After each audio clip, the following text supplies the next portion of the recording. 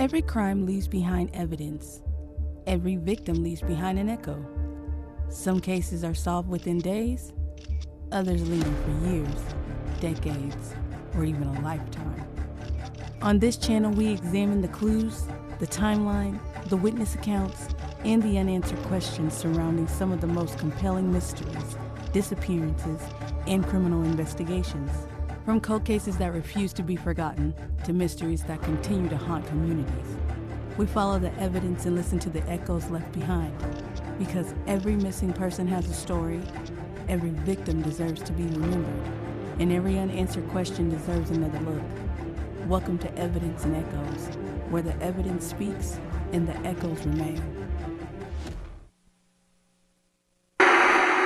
The mystery only seems to deepen. Relisha Rudd was seen with Kahlil Tatum. Relisha Rudd has still not been found. I've just been thinking about my daughter, where she could possibly be at. Where do you think Relishia is right now? I honestly can't answer that. Do you think Relisha's alive? Yeah, Why do you think that? Oh, let me see. she loved to dance.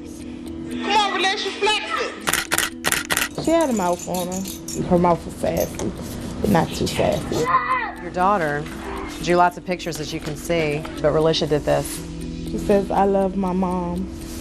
It's a lot going on as far as missing Relishia. The Relishia, I love you. So people are asking the question, who failed Relisha? Who do you think failed Relisha? Relisha Rudd was born on October 29, 2005, to her mother, Shamika Young, who was 19 years old at the time. Her father was Irving Rudd. Relisha also had a brother who her parents shared together. But before we get to Relisha's disappearance, we need to rewind a little bit, because Relisha's family history included tragedy long before she was born. In 1992, Relisha's father, Irving Rudd, was living with his girlfriend at the time, Tawana Williams. The couple had twin daughters, 17 months old, along with 3 other children that were living in their home. In the fall of 1992, one of those twins, Terica, was brought to the Children's Hospital. She had suffered serious injuries, including a split lip, a fractured skull, and bruising across her entire body. Police charged Irving Rudd with first-degree murder, according to the court documents reported at the time. Witnesses told authorities that Rudd had grabbed Terica by the neck, thrown her into the living room furniture, and struck her head. One witness said Terica lost consciousness after being thrown onto a couch and hitting her head. According to the records, Rudd also made statements to the police about what happened. After Terica was taken to the hospital, authorities went to the family's home, and there they found Terica's twin sister also suffering from similar injuries, and she only weighed 10 pounds. Now keep in mind, this is a 17-month-old little girl, so that means that she's over the age of 1. To be only 10 pounds, you can tell that she was severely malnourished. Ultimately, Irving Rudd was convicted of involuntary manslaughter and sentenced up to 15 years in prison. Yes, this was a tragic case involving child abuse and neglect. But let's fast forward to March of 2014. Child Protective Services had reportedly been involved in Relisha's life as early as when she was 2 years old. In early 2013, Relisha and her family moved to the D.C. General, a homeless shelter located in Southeast Washington, D.C. And I want to give you some context about the environment Relisha and her family were living in. The D.C. General Family Shelter was a large facility that housed hundreds of families and at its peak, as many as 600 children. But according to the reports, the conditions in the shelter were far from ideal. Families reportedly dealt with bed bugs, mice, spiders, and rodent bites. Reports also highlighted frequent problems with reliable heat and hot water. So this was the environment where Relishia and her family were living in. just to give you a little bit of context. The family included Relishia and her brother, her mother Shamika, her mother's boyfriend at the time, Antonio Wheeler, and Relishia's two younger half-siblings. And this is where Relishia would meet a man named Kahlil Tatum. At the time, Tatum worked at the shelter. He first worked in the cafeteria and later became a janitor. According to the reports, he developed a relationship with Relishia and her family. He would give Relishia and her siblings food. He spent time with her. He bought Relishia gifts. He took her to the movies. He took her to the mall. And Relishia reportedly spent a significant amount of time with him. According to family members, Tatum was described by Relishia's mother as her godfather. But not everyone was comfortable with their relationship. Relishia's stepfather, Antonio Wheeler, reportedly confronted Tatum and told him to stay away from Relishia. He also reported that he told Shamika to keep Relishia away from him. But according to reports, that didn't happen, did it? And this is one of the questions that baffles me. How did a man who was working inside of a homeless shelter become so close to a young girl and her family with no red flags? The company policies were in place, but they weren't being enforced. Because if they were, according to Tatum's criminal background, he shouldn't have been working at that facility anyway. The DC General Family Shelter would eventually permanently close down on October 30th, 2018, and was replaced by a smaller ward-based short-term family housing facility. But in 2013, this was where Relishia and her family were living. This is where her relationship with Kahlil Tatum began. Now, this is where the story starts to become even more concerning. Around the end of February 26, 2014, to the beginning of March 2014, Relishia suddenly stopped going to school. Her school was told that she was sick, and the person suddenly caring for her was a doctor named Dr. Tatum. The school received doctor's notes explaining Relishia's absences. At first, the notes appeared legitimate. But after several weeks, school officials began asking questions. What exactly was wrong with Relishia? How serious was her illness? And why had she been absent for so long? A social worker by the name of Laban Workman became involved and went to the shelter to ask questions. And what they discovered was shocking. The only Tatum that people at the shelter knew was Kahlil Tatum. And Kahlil Tatum was not a doctor. He was a janitor. According to reports, he also had a criminal history that included burglary, larceny, and breaking and entering. And he had served time in prison before working at the shelter. And according to shelter policies, this criminal record may have disqualified him from holding certain positions there. There were also policies against employees developing personal relationships with shelter residents. But by this point, Tatum's relationship with Relishia and her family had already become extremely close. And now, school officials were realizing that the person supposedly treating Relishia was not a doctor at all. So the question became, where is Relishia? Relishia was last seen on March 1st, 2014, in the company of Kahlil Tatum, but she was not reported missing until March 25th. 18 days passed before authorities were alerted that something was wrong. And according to reports, some family members initially believed Relishia was with Tatum because of the relationship that her mother Shamika vouched for and had developed between him and the family. Her absence did not immediately raise the alarm that it should have. This is one of the hardest parts of the case for me to understand. How does an 8-year-old child stop attending school for weeks? How do adults believe she is with someone else? And how does so much time pass before anyone realizes that she may be missing? But asking questions is not the same thing as having answers. Kahlil Tatum was not originally known by that name. According to reports, he had previously gone by the name Carl and later changed his name while in prison. He had a criminal history including burglary, larceny, and breaking and entering.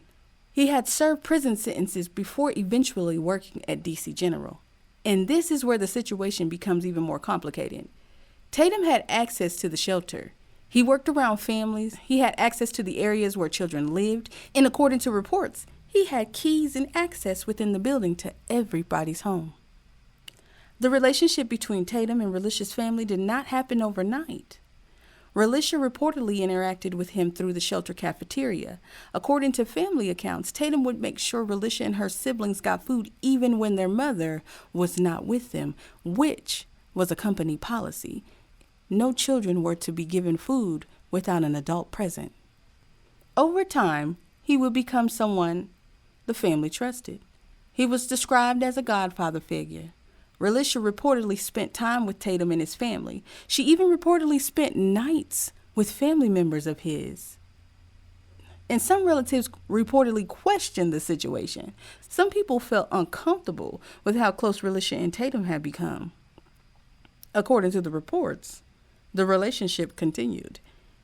And now looking back at everything that happened, those earlier concerns are impossible to ignore. The red flags were there. Now, this is where things get more disturbing. Police say Relishia was last seen on February 26, 2014, because a surveillance video surfaced from the Holiday Inn Express located at 1917 Blainsburg Road, Northeast, Washington, D.C. The video was reportedly taken just after 7 p.m. on that same day. And in the footage, police believe they saw an 8-year-old girl who looked like Relishia walk down a hallway of the hotel with a man they believed to be Kahlil Tatum. The timeline issued tonight doesn't show police even notifying other states about Relishia until 2 days after the D.C. Amber Alert was sounded. It was several days later police released a key clue, surveillance video of Tatum taking Relisha Rudd into a D.C. motel room. The video is date marked February 26th, shopping bags in the hands of 8-year-old Relisha Rudd as she walks down the motel room hallway with the now dead suspect, Kahlil Tatum. Family members say on that day, Tatum took her shopping, saying she needed a swimsuit for what he told them would be a swim party at this Holiday Inn Express on Bladensburg Road, Northeast. A clerk says the motel does have an indoor pool. On that day, shortly before this surveillance video shows Kahlil Tatum leading Relisha Rudd by the hand into that D.C. motel room, family members say he dropped by her aunt's home with Relisha. And when he found out she didn't have a swimsuit, he said he'd buy her one before going to that motel. Now let me just say this. Nothing good could come from an 8-year-old girl going into a hotel room with a 51-year-old man. And I don't care how many times someone wants to say, oh, he was her godfather. A grown man taking a little girl into a hotel room alone is a major red flag, especially when that man is not her biological father, especially when he is not her legal guardian, and especially when that little girl is later reported missing. At the time, police believed Tatum was still with Relishia, and this surveillance footage became an important part of a timeline surrounding her disappearance. But here's the thing. The footage raised more questions than it had answers. Was this Relishia? Was this Kahlil Tatum? What happened after they entered the room? Did the footage show Relishia leaving the hotel room alive? And most importantly, what happened to Relishia after that?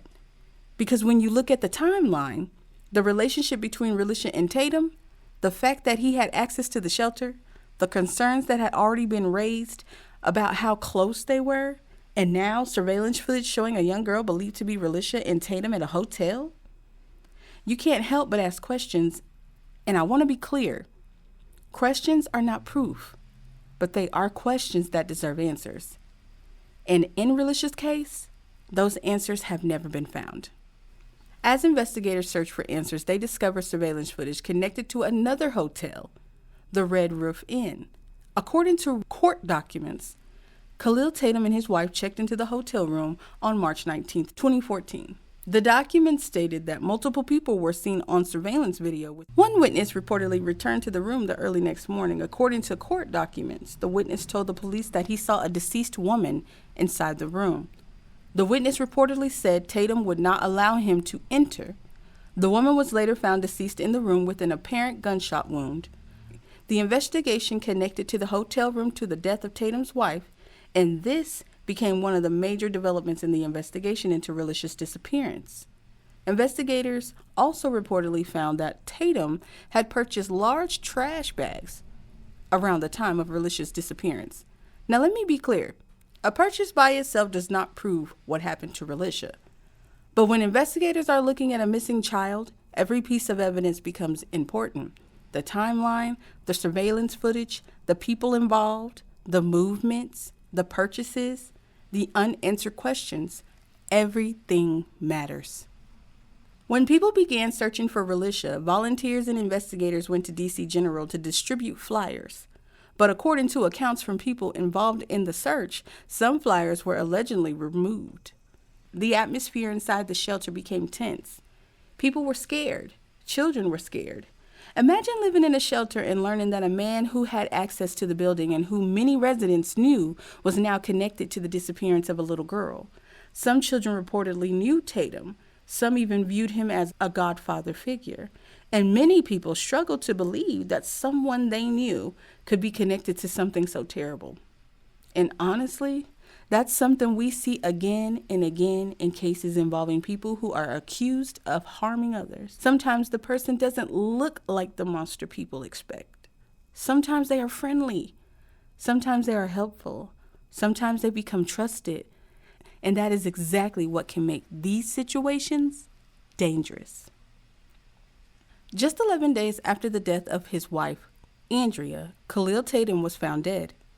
On March 31st, 2014, Tatum was found at Kenilworth Park Aquatic Gardens in Washington, D.C. The man wanted for kidnapping an 8-year-old girl and killing his wife is found dead. Police say Tatum killed himself in the same park where they've been searching for Relisha Rudd for the last 5 days. He had died from an apparent self-inflicted gunshot wound, and with his death, the investigation to Relisha's disappearance became even more complicated. Because if Kahlil Tatum knew what happened to Relisha, he was no longer alive to answer those questions. And just like that, one of the last people known to have been connected to Relisha was gone. But Relisha, she was still missing. And to this day, she has never been found. In October 2017, more than 3 years after Kahlil Tatum died by suicide in March 2014, Shamika Young appeared on The Steve Wilkos Show in connection to the Relisha disappearance. Also appearing on the show was Antonio Wheeler. According to the episode, Antonio wanted to clear his name and show that he had nothing to do with Relisha's disappearance. He also wanted to address the situation surrounding his children and Child Protective Services. Relisha's maternal grandmother, Melissa Young, also appeared on the show. She wanted to clear her own name and address questions surrounding Relisha's appearance. They told me that my daughter was missing. Kahlil was a janitor who worked at the shelter. Kahlil was a suspect after they found his wife deceased in a hotel. An anonymous tip, it led the police to the park. They found Kahlil's body. The authorities are saying that he died from apparent suicide. They are saying that Kahlil plays a role in this by kidnapping my daughter. When I saw the footage of Kahlil and my daughter walking down a hotel hallway, that made my mouth drop. I was informed that my stepdaughter was missing on the 19th. That's the day I found out, is when the world found out. Antonio, you know I didn't have anything to do with my daughter's disappearance. Why would you come out your mouth like that? You don't act like a mother is grieving. They got an 8-year-old child missing. I never seen you cry. Oh, you've seen me cry. I never You've seen seen me cry. you cry. What do you believe happened to your daughter? When I called a family member up, she didn't make it to the destination where she was supposed to go at. She was supposed to be going to the emergency room. Who was taking her there? My mother. How did you not know that she had been missing for 18 days? I didn't have any contact.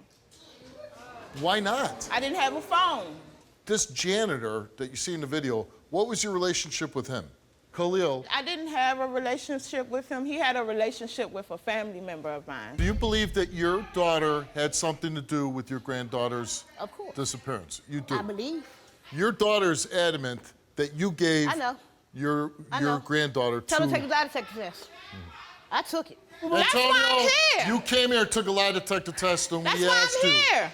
did you participate in any way in the disappearance of Relishia? You answered no. Have you ever had any sexual physical contact with Relishia? You answered no. Did you ever strike any of your children, leaving marks or bruises? You answered no. The results came back the same to each and every question, and they came back that Antonio told the truth. Melissa, you took a lie detector test, and we asked you, did you participate in any way in the disappearance of your granddaughter? You answered no. Did you give your granddaughter to Kahlil Tatum around the time of her disappearance? You answered no, and the results came back that you, Melissa, told the truth. Your turn. Your turn. You don't have to take a test, but you're not eliminating yourself as a suspect in the disappearance of your daughter. Let me tell you something. You, I believe, had something to do with her disappearance. After the show aired, thousands of people took to social media condemning Shamika for not taking a lie detector test. It's been 3 years since her appearance on my show, and now she is joining us virtually. When you watch the clips of being on the show, what do you feel about it? I don't feel no type of way about it because I'm a strong individual. What's your reaction to the people that wrote the comments about you? I don't have to let the whole world know what I am doing for my daughter. If they want to know if I'm currently active on my daughter's case, yes, I am. I talked to the new detective that's on there, but I don't have to let the world know that. We asked you to take a lie detector test. You refused 3 years ago to take it. If you were here now when we offered it to you, would you take it? No, I wouldn't take it because why would I put my trust into something, into a machine, Steve? That machine is not going to help me find my daughter. All that, go take a lie detector test to clear your name out, for what? There is a doubt about you and what you know. And I think that if you did take a lie detector test, at least that part would be eliminated if you passed a lie detector test. Okay, I understand what you're saying. Is there any new leads in your daughter's case? There's been a couple of leads that turned out to be bogus leads. Do you believe Antonio was involved with the disappearance of your daughter? Yes, I do. And why do you say that? It's the way he come off at me. Like, instead of you worrying about the things you need to be worried about, you too busy worried about me, what I'm doing. Have you had any communication with Antonio since you were on the show? I have not had any communications with him at all. Your ex, Antonio, is here, VCC. Let's bring him out. I don't get it with you, because You don't have anything to say to me. You're so mad at me because I keep Relisha's name out there. I keep her relevant. Who are you to tell anybody to stop talking about my daughter, Antonio? At the end of the day, I'm going to always be there for Relisha. I was more of a parent to her than you was. You have not been talking to the detectives. I know, because I've been in contact with her. You don't know. And trust me, believe me, they do got new leads, and they are coming closer to your ass. I know that. Why is it so important to you that you don't want me out here keeping a Relisha story out here? Because at the end of the day, you're not doing it. You still are actively looking for Relisha? All day, every day, Steve. I'm never going to stop, despite what she said. You never was a father. I'm sorry to say that, but I hate your ass with my stinking ass gut. Do you believe that Relisha is still alive? I got mixed feelings now.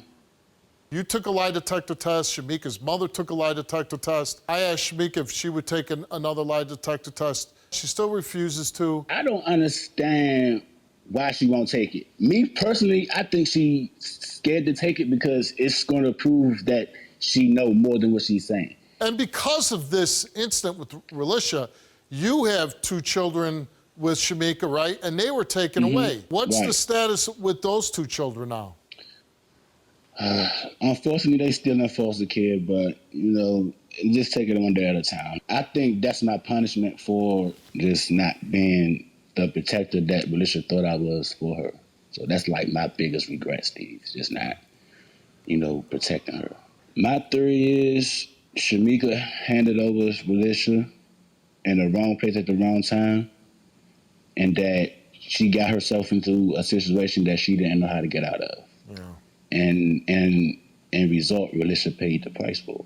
I think the big red flag in this story is that there was an 18-day period where Shamika had no idea where her daughter was, made no effort to have any contact with her daughter. I believe because she was hiding something. Now, call me crazy, but as a mother, that was a red flag for me. Why would you not want to take a test and clear your name? Now, let me be clear. Refusing a polygraph test does not prove that someone is guilty, and a polygraph result is not proof of innocence either. But when you have a missing child, when members of the families are appearing on television to answer questions and two people agree to take a test while the child's mother refuses, I can't help but ask why. And that's where my personal opinion comes in. I am not saying Shamika's refusal proves that she knew what happened to Relishia. I'm not saying it proves that she's involved in Relishia's disappearance. But personally, it raised questions for me. And I think those are questions worth discussing. There are so many questions surrounding this case. Why did it take 18 days for Relishia to be reported missing? Who wrote the doctor's notes? Who delivered them to the school? Why did people believe Relishia was sick? Why was Kahlil Tatum allowed to become so close to Relishia and her family? Why were concerns about the relationship not enough to stop it? What happened to Relishia after she was last seen? And most importantly, where is Relisha Rudd? Now, I want to be very clear. Everything I discussed in this video should be separated into 3 categories. What has been confirmed, what has been reported or alleged, and what remains unknown. As a mother myself, I have a hard time understanding how anyone could become comfortable with a grown man having this level of access to their child. And I'm not saying this because I think I know everything that happened. I don't. I'm saying that from my own perspective as a mother. I have 5 children, and even my oldest is 21 years old, and I still have a hard time trusting just anybody with my children. So when I look at this relationship between Kahlil and Tatum and Relishia, the gifts, the trips, the time spent together, the sleepovers, the fact that he was a grown man who was not Relishia's biological father, and the fact that people around the family reportedly had concerns about how close they had become. As a mother, I have questions. And honestly, I personally have a hard time believing everything Shamika has said about this situation. Now, let me be clear. That is my personal opinion. I'm not saying that Shamika was involved in Relishia's disappearance. I'm not saying that she knows what happened to Relishia. And I'm not presenting my doubts as facts.